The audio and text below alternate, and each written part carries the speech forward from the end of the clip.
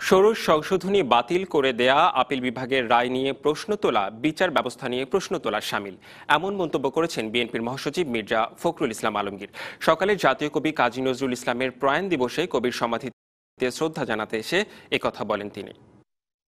শামসুদ্দিন আহমেদ সাহেব কোন যোগ্যতায় বিচারপতি নিয়োগ পেয়েছিলেন তা আমার জানা নেই। তার বিচারপতির যোগ্যতার ব্যাপারটি দেশের জনগণ বিবেচনা করবেন।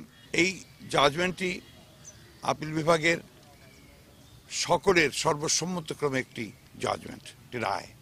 তো এই বিষয়ে যারা প্রশ্ন তোলেন তারা বিচার বিভাগের স্বাধীনতা নিয়ে প্রশ্ন তোলেন।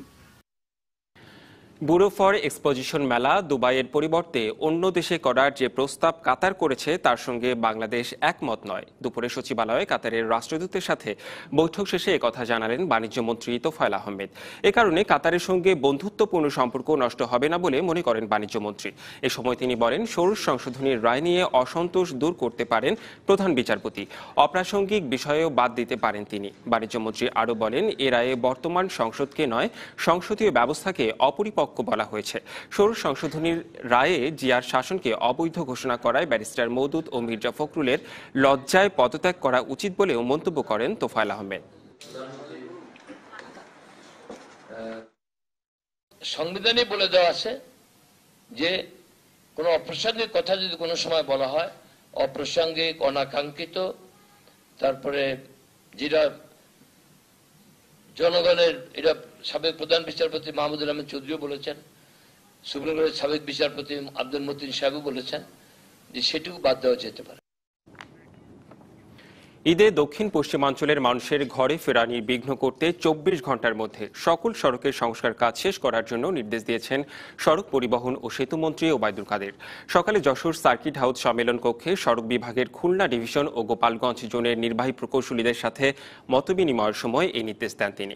প্রয়োজনে রোদ, ঝড়, বৃষ্টি উপেক্ষা করে ঈদে ঘরমুখ মানুষের যাতায়াত স্বস্তিদায়ক করতে সংশ্লিষ্টদের নির্দেশ দেন মন্ত্রী। এর মধ্যে যে রাস্তাগুলো খারাপ আছে সেগুলো পাসবল হবে, বৃষ্টি বাদলেও কাজ বন্ধ থাকবে না, রৌদ্রের অপেক্ষা তখনও কাজ চলতে থাকবে। যেখানে যে ট্রিটমেন্ট সেটাই দিতে হবে। সারা দেশে বিভিন্ন মহাসড়কে তীব্র যানজটের সৃষ্টি হয়েছে। ঢাকা টাঙ্গাইল মহাসড়কে গাড়ি চলছে ধীর গতিতে। অন্যদিকে দৌলতদিয়া পাটুরিয়া নৌরুটে দৌলতদিয়া প্রান্তে ঢাকা খুলনা মহাসড়কেরও যানবাহনের চাপ রয়েছে। যানবাহনের কারণে ভোগান্তিতে পড়েছেন রাজধানী থেকে উত্তর ও দক্ষিণের দুই মহাসড়কের যাত্রী চালক ও কোরবানির পশু ব্যবসায়ীরা। সকাল থেকে গাড়ির চাপ বেড়ে যাওয়ায় ঢাকা টাঙ্গাইল মহাসড়কের তীব্র যানজট দেখা দেয়। এই মহাসড়কে চন্দ্রা থেকে পাকুল্লা এবং গাজীপুরের কোনাবাড়ি থেকে মির্জাপুর পর্যন্ত গাড়ি চলছে ধীর গতিতে। এছাড়া নবীনগর চন্দ্রা মহাসড়কের গাজীপুরের চন্দ্রা থেকে আশুলিয়ার শ্রীপুর এলাকা পর্যন্ত প্রায় 7 কিলোমিটার এলাকায় কিছুক্ষণ পরপরই যানজট দেখা দিচ্ছে। এতে ভোগান্তিতে পড়েছেন যাত্রীরা। একদিকে দৌলতদিয়া পাটুরিয়া নৌরুটে দৌলতদিয়া প্রান্তে ঢাকা খুলনা মহাসড়কে 6 কিলোমিটার তীব্র যানজটে ভোগান্তিতে পড়েছেন দক্ষিণাঞ্চলের 21 জেলার মানুষ এবং কোরবানির পশুর ব্যবসায়ীরা। নদীতে তীব্র স্রোতে ফেরি পারাপারে বেশি সময় নেয় এবং ফেরি কম থাকায় এ যানজটের সৃষ্টি হয়। একই অবস্থা মাদারীপুরের কাঁঠালবাড়ি শিমুলিয়া নৌরুটেও।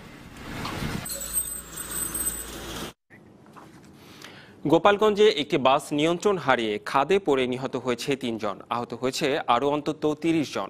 রবিবার রাত 4টার দিকে ঢাকা থেকে পিরোজপুর যাবার পথে ঢাকা খুলনা মহাসড়কের বেদগ্রাম এলাকায় বাসটি নিয়ন্ত্রণ হারিয়ে খাদে পড়ে। এ সময় বাসের নিচে চাপা পড়ে ঘটনাস্থলেই এক শিশুসহ 3 জন মারা যায়। আহতদের উদ্ধার করে গোপালগঞ্জ সদর হাসপাতালে পাঠানো হয়েছে। নিহতদের মধ্যে 2 জনের পরিচয় পাওয়া গেছে। তারা হলেন মহিনুদ্দিন মৃধা ও তার ছেলে রাহাত মৃধা। তাদের বাড়ি পিরোজপুরের লাহুরি গ্রামে। ফায়ার সার্ভিস ঘটনাস্থলে গিয়ে হতাহতদের উদ্ধার করে। প্রত্যক্ষদর্শীরা জানায়, দ্রুত গতিতে চলা ওই বাসের চালকের ঘুম আসায় বাসটি নিয়ন্ত্রণ হারিয়ে রাস্তার পাশে খাদে পড়ে যায়।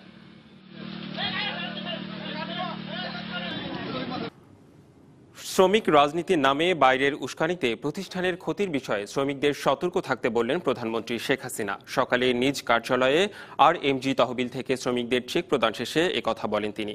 এ সময় তিনি জানান, শ্রমিকদের ন্যায্য মজুরি ও শিল্প কারখানায় উন্নত কর্মপরিবেশ নিশ্চিত করার লক্ষ্যে কাজ করছে সরকার। কারখানায় অনুন্নত কর্মপরিবেশ ও নিরাপত্তাহীনতার কারণে গত কয়েক বছরে বাংলাদেশে ঘটে গেছে বড় বড় দুর্ঘটনা, যার মধ্যে তাজরিন ফ্যাশনসে আগুন আর রানা প্লাজার ভবন ধসের ঘটনা ছিল হৃদয় বিদারক। বিভিন্ন সময় কলকারখানার অনাকাঙ্ক্ষিত দুর্ঘটনায় নিহত শ্রমিকদের পরিবার এবং আহত হবার কারণে পঙ্গুত্ব বরণ করা শ্রমিকদের অর্থ সহায়তা দেওয়া হয় রোববার। প্রধানমন্ত্রীর কার্যালয়ে আয়োজিত অনুষ্ঠানে প্রধানমন্ত্রী শেখ হাসিনা শ্রমিকদের কল্যাণে তার সরকারের বিভিন্ন পদক্ষেপ তুলে ধরে বলেন, মালিক ও শ্রমিকদের মধ্যে সম্পর্ক উন্নয়নে কাজ করছে সরকার। মালিক, শ্রমিক এবং সরকার সকলে মিলেই যেন আলোচনার মাধ্যমে শ্রমিকদের সমস্যাগুলি সমাধান করতে পারে সেই ধরনের একটা ব্যবস্থা আমরা করে দিয়েছি। যেমন শ্রমিক কল্যাণ ফাউন্ডেশন এবং রপ্তানিমুখী শিল্পে কর্মরত শ্রমিকদের জন্য কল্যাণ তহবিলও গঠন করা হয়েছে। কল্যাণ তহবিল থেকে শ্রমিকদের আর্থিক সহায়তা দিতে শ্রমিকদের ডাটাবেস তৈরির নির্দেশ দেন প্রধানমন্ত্রী।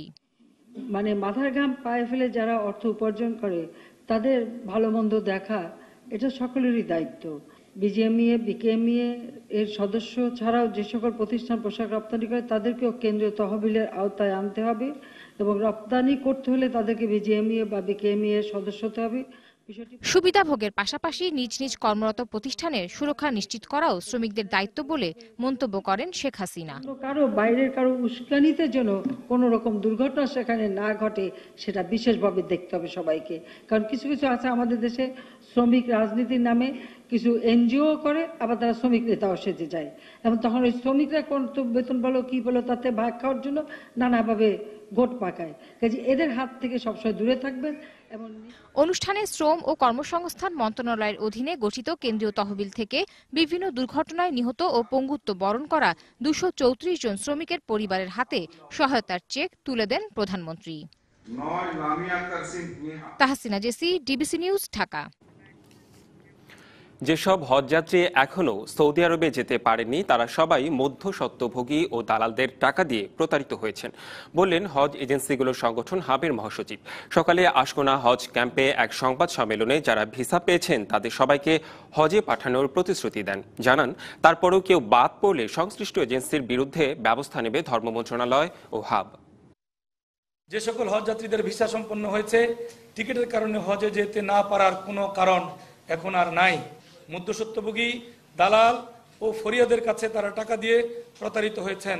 আগামী কয়েক ঘন্টার মধ্যেই এগুলি যাতে সমাধান হয় সেই বিষয়ে ব্যবস্থা নিচ্ছি।